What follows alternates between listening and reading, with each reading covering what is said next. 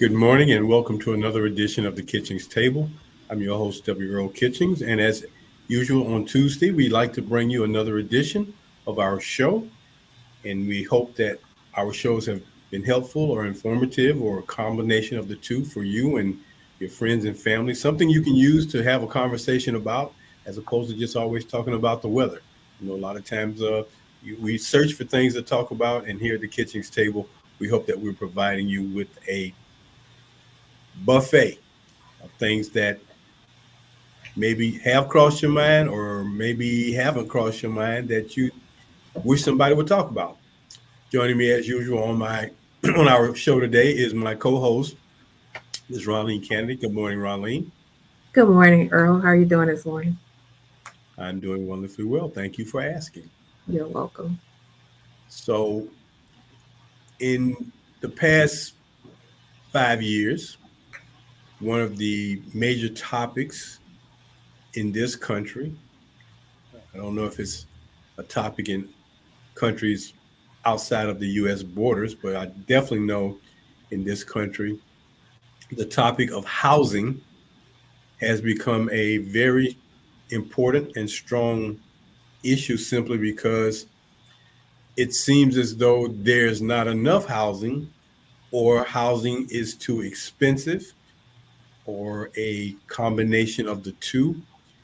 And it seems like every time I'm riding around and looking around, there seems to be a subdivision or an apartment complex coming up out of the ground. And in this day and time, when we look at subdivisions, for the most part, many subdivisions are having homes built very, very, very, and I can't emphasize very enough, close to one another. Whereas you can almost reach out of your garage or your bathroom, depending on what side of the house you're on, and touch your neighbor's house. It's just that close. There's not a whole lot of space as it once used to be uh, between houses, and not a whole lot of space for a front yard or a backyard in this day and time. Everything is being really squeezed in, to put it mildly. So I was wondering where this housing market is going as we continue to see prices rise for buying a house, prices rise for renting an apartment or renting a home. It's just unfathomable to me to see a home that people are renting that costs in upwards of $1,200, $1,500 for rent. Uh, Same thing with some of the apartments, $1,000+ for rent. When we talk about the incomes of people, so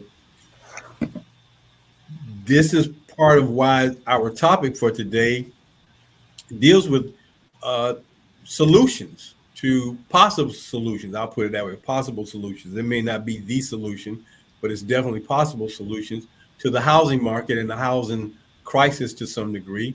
And our title for our topic today is affordable and contained housing. Affordable and contained housing. And for those people who are familiar with the word contained housing or container housing, this is what we're going to be talking about today because this particular type of housing is probably going to be the housing ventures or the way housing goes in the future in places, especially where they are land locked or land confined because you don't have a lot of space. But you look at a lot that it might be, let's just say, uh, 50 to 60 feet wide and 100 feet deep. And you say, well, you can't put a whole lot in there, but this solution, these container homes are a solution. So, Ron Lee, I know we chatted a little bit about it, but were you aware of just how this solution to the housing issue is slowly or rapidly, depending on where you live, becoming the solution for people to have housing. Yes, I think you and we touched on that sometime back on one of our shows for the college campuses, Right. what they were planning on doing in our area. And when I thought about it, when you said the word landlocked, it just took me back to the area that they were looking for, like in our area, in the Arlington area, for Jacksonville University, resolving their housing issue, and I guess any other colleges where that issue is going to exist as well. And of course, we have a lot of rivers around. So therefore, these containers, being able to stack them would be the most likely, as you say, solution for that, rather than trying to buy up more property somewhere else where the land, is a little farther from the campus, wherein they can clear out some land and start stacking them on top of each other. Well, the thing about this particular solution, and it appears that the people who utilize these or manufacture these containers are on the cutting edge of making sure that they come up with configurations that make sense, because they're almost like Lego blocks. You build them, you stack them, and you put them in there. Well, what do you think about that? So looking at the Lego blocks kind of thing, I do understand, as you said, they're stacking up on top of each other. It kind of reminded me of some of those homes that I saw out in China, I think. Those areas where they're stacked on top of hills. And it's like you can't imagine, a living space the way they have them, but, they're there. The same thing is when I was going through California, they stacked on top of hills. And then in some other places where I saw in the mountains where they made housing out of, just out of the terrain itself. So, I mean, when I think about it, we our the existence of human beings, they made caves or what have you, and made those livable things, homes. And I guess it's the same practice today, as far as taking the containers. And when you think about it, I'm looking at it from this aspect, as one of our people broke it down for me. If you could live into a mobile home or a a train, on a train, I mean, you have your bedding, you have everything. You can in the cars, you can eat, um, toiletry, all of that, can happen. So to be able, like you say, the configuration, to be able to stack them, to be able to Lego block them, if you will, those are the things that is happening today. And of course, one of the senators, I'll get his name for you momentarily. Mom already got the mail. I already. I'm sorry. Um, so anyway, the bottom line is, um, when we talk about housing, it is a big problem. As we know, we can go through our downtown areas. I don't care where we live, what city, what state. You're going to see homeless people. There are a lot of buildings that are not being used, so they're saying, okay, why isn't the city uh, utilizing those buildings to take people off the street and put them into decent housing and help rehabilitate them in order to get them to be able to live on their own again, or provide a permanent place for them to live, period, for the rest of their lives. And I felt like this is one of the solutions. I mean, we throw away a lot of food, so feed the people, that kind of thing. Our money is being what I call wasted anyway, when you're not doing something. Whereas, make the money make sense, and as you always said, follow the money. Well, this is one of the things that's going to have to make sense going forward. So let me just read something to you real quick. Shipping containers are being used to provide housing for homeless people. So when we talk about, these Lego type containers and being able to make them work, um, it's interesting because they go from calling it container to modular container homes, and these homes can be retrofitted with all kind of amenities and comforts of a normal apartment or home. So when you talked about people living in a hotel or a mobile home, uh, this isn't that much of a stretch when you talk about these container homes. And they also state that, shipping containers are transforming the world of homeless housing because they can be built and scaled quickly, efficiently, and cost effectively. And in some cities, these containers are being used as non congregated locations or facilities for homeless shelters. And I think to some degree, these make sense for the homeless communities, but they also make sense when we talk about the fact that you have housing for college students. If you have a situation where you need some housing and you don't have the money maybe to build something, or you don't have the space to build something, these have become an alternative plan.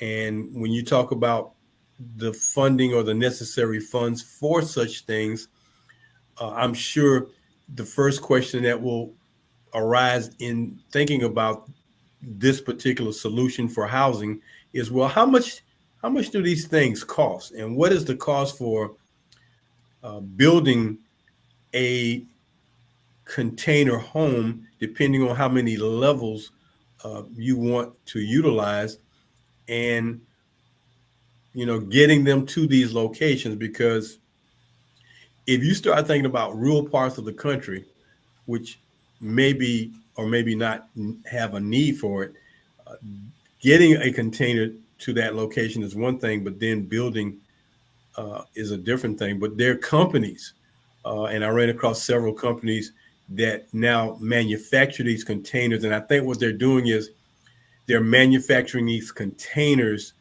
kind of already cookie cutter structured, so that when they connect them and layer them together or put them on top of one another, uh, the places where you need to cut for windows and doors and things of that nature are already kind of there in place, so you don't have to do too much additional work once you drop them off. But when we talk about the fact that these are becoming solutions for different communities, I know they are becoming popular.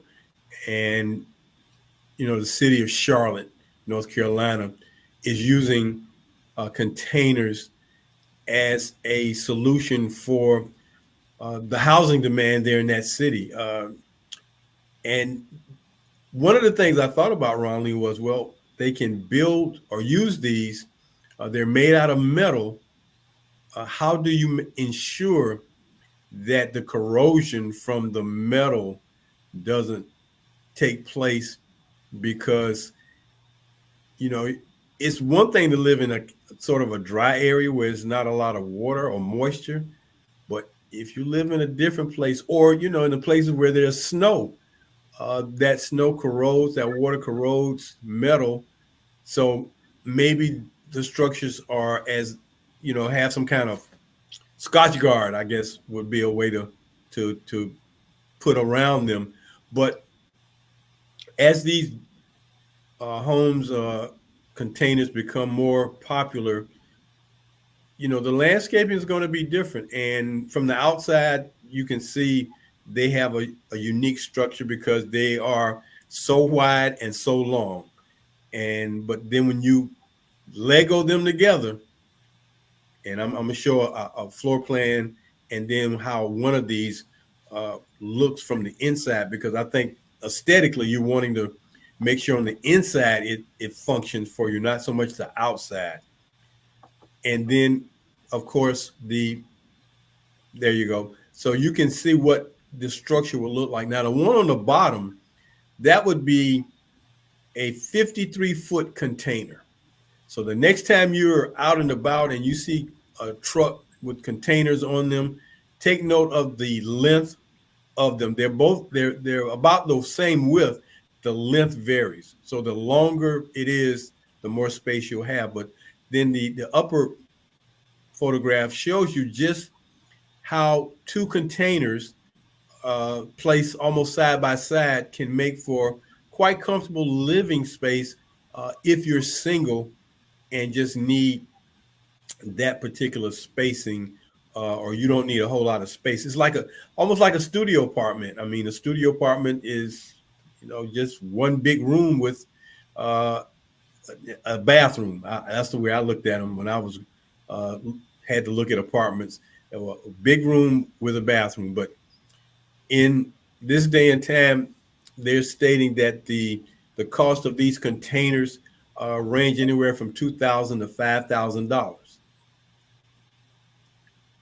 That's before they're delivered, and whatever other costs you may encounter to get them situated. So the companies that are constructing these can give you the details, and you'd be surprised just how much some of these container homes will run you. Um, Upwards $100,000 plus dollars, even $200,000, depending on your configuration. Mm. Depending on your configuration. So they have some upside and then they have some cost. And the larger the floor plan, the more expensive it's going to get. And when you talk about a container home that costs you $175,000, the beautiful part about it is you don't have to wait 90 days or 100 days or 120 days for them to build that home. Once you got your space, the land where you want to put it, and it's like already built out, they bring it, connect it, set it up, and probably within a matter of 60 days, if they're working continuously, you're ready to move in. It's just a matter of what you want. But when we talk about, I think the two critical areas of students housing or low income people needing housing, uh, I think those are probably more of the best ways for these container homes to be solutions. As you and I talked about housing for homeless, it just depends on who the individual is and what their circumstances are, because I think a lot of times we equivalate homelessness with mental health, and it's not always a mental health issue. It's unfortunate that the country got away from mental institutions, and now people who have a need for mental health care are really out on the streets with kind of nowhere to go.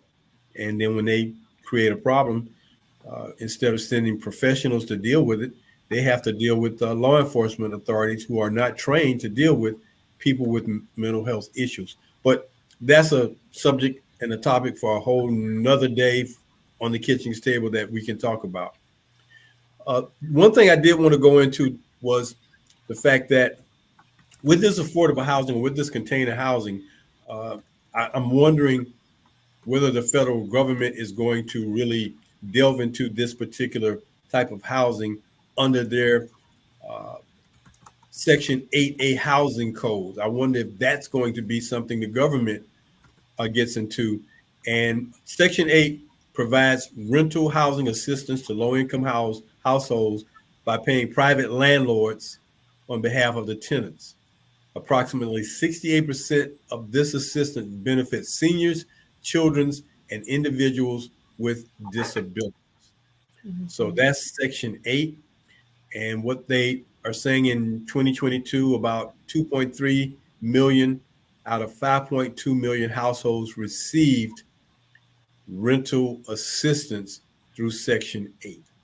So if you are an up and coming landlord and into the real estate market and you're looking for ways to put people into housing that is affordable, and these containers are the way you're going, I'm just wondering, will they qualify for Section 8 housing? What do you think? And that's a great question. Yeah, that's a great question. It just made me think about it could qualify as Section 8 housing. I know a couple of people, I would look at that as the same as a manufactured home or a a mobile home. So, those are for rent or what have you. People are renting those through Section 8 vouchers as well. So, I don't see why this would be any different. So, however it's classified, I'm sure that they will do what needs to be done in order to make sure that is approved. Well, I think a a dwelling, a single family residential dwelling, um, apartments, or um, that type of living situation, and mobile homes, because they've overcome or been approved, or the codes have been set for them going years and years back.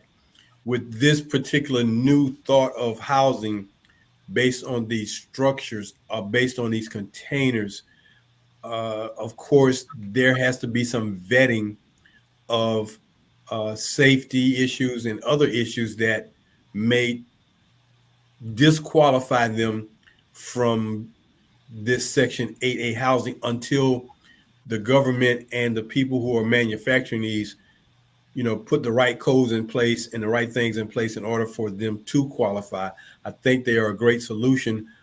If the government is not going to qualify them right now, I think it's just a matter of time before the two entities come together, because this is going to be the housing of the future for some communities and for some people. And because there is such an abundance, let me tell you, you may not think about it, you may not realize it. And these containers are containers that are put on ships to ship products from one country to another country, from where it's manufactured to places where they're going to put it on sale. But I know of a location uh, close to my home where there are probably about 20 acres of containers stacked on top of each other, at least 5, 6 containers high, if not higher. And because these containers are just sitting around, again, those may not qualify, but there are manufacturers who are taking those same uh, containers, maybe, as they say, renovating them, shoring them up to make them safe and secure, and seeing what can happen. I was reading also that the weakest part of a container is the roof, Hmm. which goes back to what I was talking about when we talk about snow.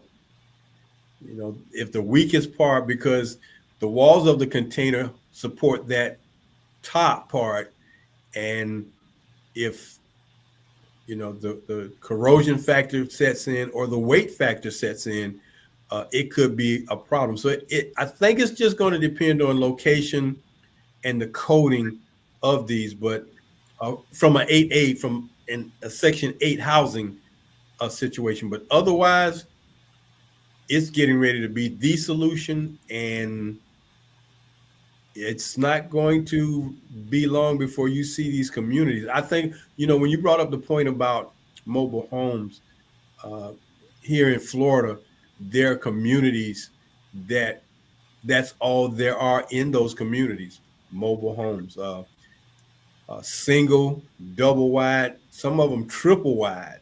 Mhm. Very, very nice. They have to be secured in the ground because, of course, winds will lift them up, or tornadoes definitely will lift them up. And in Florida, where we have hurricanes, if not the wind, then the water, or both. So, but these communities exist especially for seniors, not so much in low income areas, because when you see them, it's really a planned community. When you look at these mobile home communities, it's a planned community. Some of them are gated, but they're very nice looking, very attractive. Everything is put in place, and I'm sure they're expecting you to maintain it. So I don't see any difference between that and these containers. And as they continue to become some type of housing that qualify for assistance, and as you mentioned, vouchers, housing vouchers for low income families. Uh, if salaries and incomes are not going to keep up with housing, we're going to have a bigger problem. And like I said, when we talk about the fact that the rent nowadays is just astronomical for apartments, I ask myself, who can afford some of these apartments at $1,200, $1,500 a month, when some people barely, get by with a couple of $1,000s a month? So it's going to be interesting. Yes. So there's a project called April Housing, and they brought up two key people. One of them was Dr. King, because of the Housing Act of 1968. And then the other person that they brought up was Senator Edward Brooke of Mm-hmm. Massachusetts. He was the Mm-hmm. first, so you know about him. Okay. Mm-hmm. And so at that time, housing wasn't supposed to take up no more than 30% of your income. And I felt Mm. like this when you said that, here we are. It's like every check looks like it's going towards your rent, Right. your mortgage now. And you still need to purchase food. You still need to, and if you're owning a home, you have property taxes to maintain, so that's an additional expense, in relating to that. And if you're carrying a mortgage, that comes with finance charges that's being carried every month until that mortgage is paid in full. So when you think about, where does the cap start? I mean, stop. Um, it looks like it's just totally out of control since 1968 up until now. Those are a lot of years to say, okay, are we going to keep pricing people out of a home? Right. And you hear more and more people are living in their cars more now than ever, having to raise the children basically out of vehicles rather than into a home in which, and they're contributing to, Americans' cost as well. So I do hope solutions come and they come fast. Okay. Well, we have reached that appointed time where we must take the time to let everyone know that they are watching and listening and tuned in to the Kitchings Table Tuesday mornings, 10 a.m. Via YouTube. Or if you just want to check us at your leisure, you can go to our YouTube site and find us under the Kitchings Table. But we are halfway through our show today, and our show today is affordable and contained housing, where we're talking about the container industry now becoming a new industry. Instead of just putting things in that ship from place to place around the world and on these cargo ships, they are now becoming the housing of the future. Ronline, I found a website by Container Homes USA, and they manufacture these homes, and they talk about, you know, looking for your dream home. You're looking for a place. Uh, if you want some recreational housing, if you're a hunter or a fisher, you want to be out and about, or if you want to have your parents who maybe seniors living close to you, or just working space, whatever you may need it for. This is what these container homes are looking for. If you would just show everyone that other slide, I think I got put there so they can see what that looks like. So the top picture shows you what stacking them will look like. If you stack them, it doesn't take a lot of space when you stack them. So that's a 3-story. But then the one on the bottom, Ronline, that is a 2-car garage, 4-bedroom container home. 2-car garage, 4-bedroom, 2-bath container home. That's what these containers are looking like. So, depending on how much land space you have, the modular container homes, as Container Homes USA states in their literature, our modular container homes turn your needs into reality. You can take uh, you can take 4 to 5 of these, stack them up side by side, and then on top of each other, and have a nice home, a garage, a main living area, and a secondary living area. And if you want to put one more on top of that, for you to have kind of like a balcony area, you can do that too. But space wise, they make absolute the best sense. Even more so than a mobile home, because at a mobile home, Ronline, I've never seen a garage at a mobile home. No, no, no. And And you know what? go Here's ahead, what say. I'm thinking. Yeah, here's what I'm thinking, Earl. When I look at this, you should not, that just say one more, just one more Lego block of space. Yeah, All your storage area. yeah, All your storage areas. So normally in your home, you should only see what you want to see. Because in that storage area, no one has to go there. You can put your Christmas trees, your seasonal items there or whatever, and then put them back when you're done with them. So, and then you say garage space. No, I yes, never. I thank you so much for finding for yes. finding They this. are. I mean, that's what they're doing. So the photograph on the bottom is a 4-bedroom, uh, 2-level container. But what that is that is 6 containers side by side, stacked on top of one another, that make for that home. So the side of the container is where they cut it out for the garage.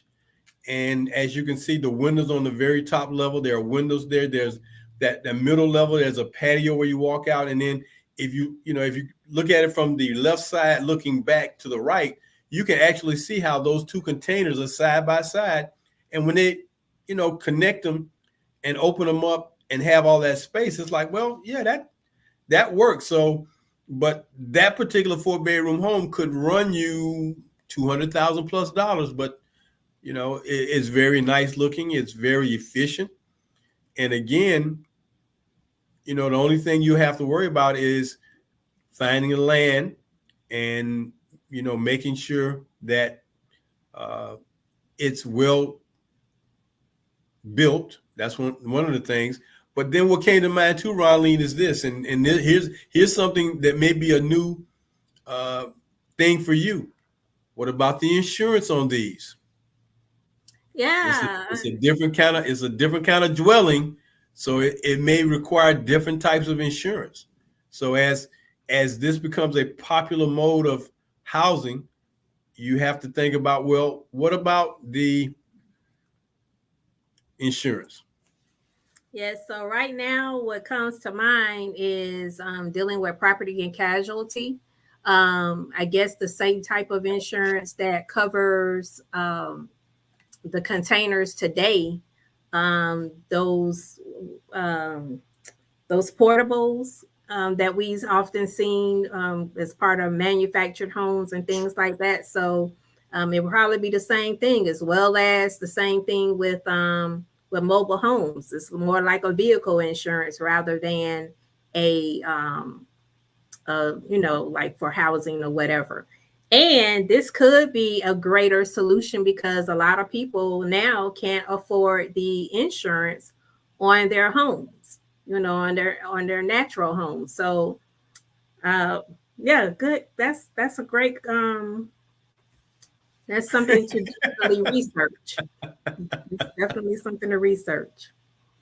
Well, because it is such a new commodity and because it is being done um, at a slower pace right now, simply because the companies that are manufacturing these container homes or modular homes, they are on the cutting edge right now of uh, designing them and building them. And as they perfect this manufacturing and construction, they will take into account all the things that are necessary in order to make these containers, these modular homes, work in their favor. It's just going to take a little time.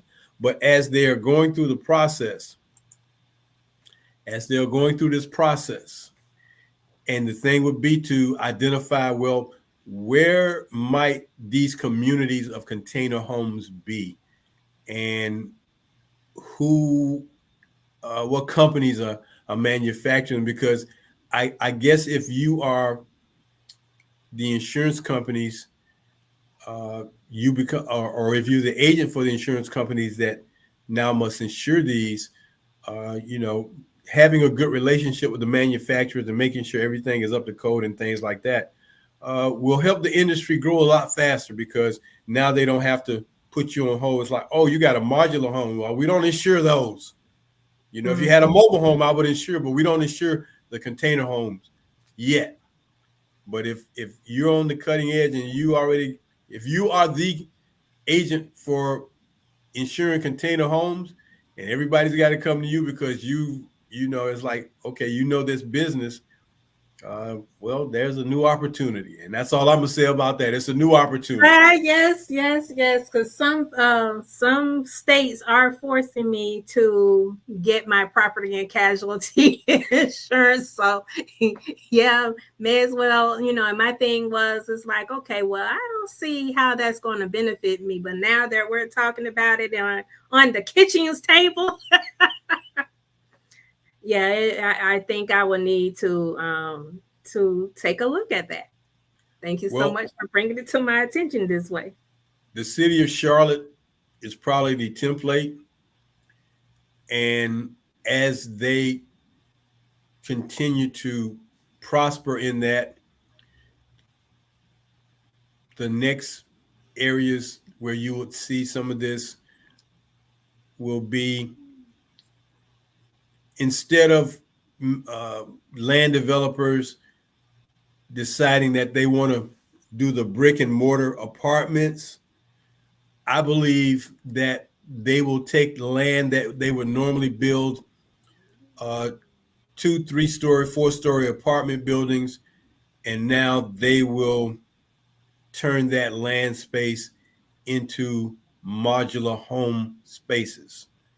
And I found an article in the newspaper here locally back in the beginning of May about a home that's down at Jacksonville Beach, and it's called a lean uh, home. It's real skinny looking, but when you turn that modular container um, vertical, and you take it, and you know the length of your car, the width your car go in, um, but you take that bottom, you make that your garage, Now, I don't. I guess you got to have a small car because a big car is not going to work when you open the doors. But depending on what you're trying to put in there, you take one side for the garage, the back side maybe for your den with a patio, and then you put your living space on top. And so it's two of those 53-foot containers stacked on top of each other that can make for these spaces.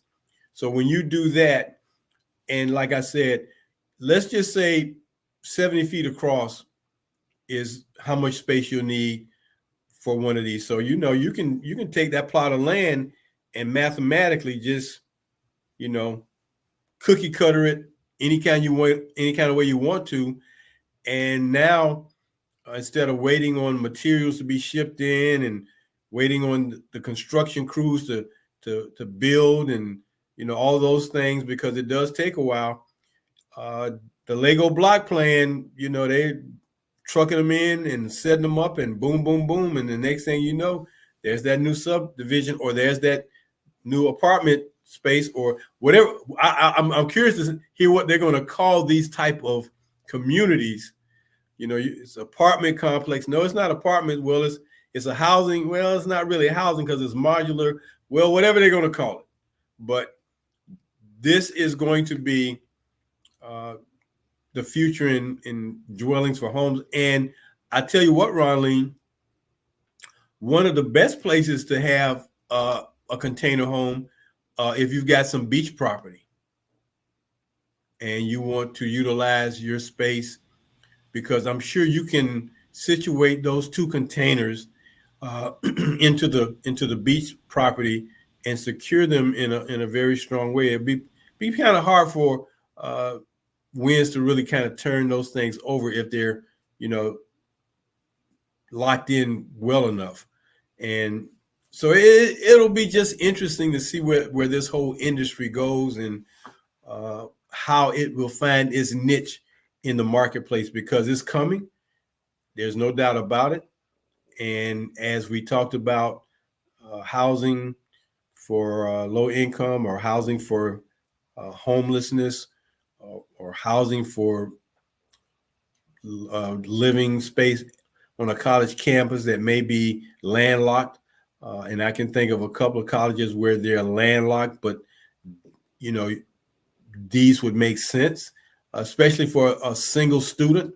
It's a studio apartment. That's the way I look at it. One of these containers becomes a studio, and you can stack two together and put 20 of them next to each other, and that's 40 apartments in a matter of half the space. So it just depends, and I think as they work to perfect this, and I think if the roof is the part of that container that requires the most attention, they'll find a way to make the very top of whichever one is on the top, make that roofing, make it a little bit stronger, especially when we talk about insurance purposes, because that's probably going to be the first thing they look at is the roofing of that container. But it's coming, and everybody better get ready. Yes, so like you said, we better embrace the property and casualty for those of us that are agents, just on the health side or the life side as well. So thank you for bringing that to our attention, because when I think about it, I thought about um, just being in a railroad car, and just being on, a lot of people now they're living on the ocean rather than on land. So you got the housing boats. That's another thing people are doing now, and they look like they're containers, but they're not out there on the ocean that's floating out there. Um, and they have it, tied to land through a ramp and things like that, like you would do a boat, secure a boat. Mm-hmm. So yeah, they're living on, it's especially the seniors. The seniors are finding different ways to be able to live affordably, So the containers is one thing. Living out there on the ocean, that's another thing that's happening. And it's a shame that it has gotten to be this way because of the land. The price of land is so high, and the price of housing just is not affordable. So I'm going to take this time, to tell you all thank you so much for tuning in to the Kitchens Table. And I'm going to bring, if you don't have anything else to say about the housing, you ready for me to bring forth our Black History Acknowledgement? Well, Our, you go on and talk a little bit, and I'll set you up so we can make sure you got your photograph ready. okay, all right. So the person that I want to talk about today, his name is Colson Whitehead. Some people have known him as Arch Colson. Um, Arch Whitehead. Some people know him as um, Chip Whitehead, but recently he decided that he wanted to go with Colson and make that his, is part of, it is his part of his name, but to be known by that as Colson Whitehead. Well, there you go. So, um, You got him. let's, no, I don't have him. Well, Okay. let's see. Let's see. Yep, I Hey, have them now. Okay. All right. So, Colson Whitehead, he is a Harvard University graduate. He is a writer, and he is a two-time Pulitzer Prize winner for his literary work.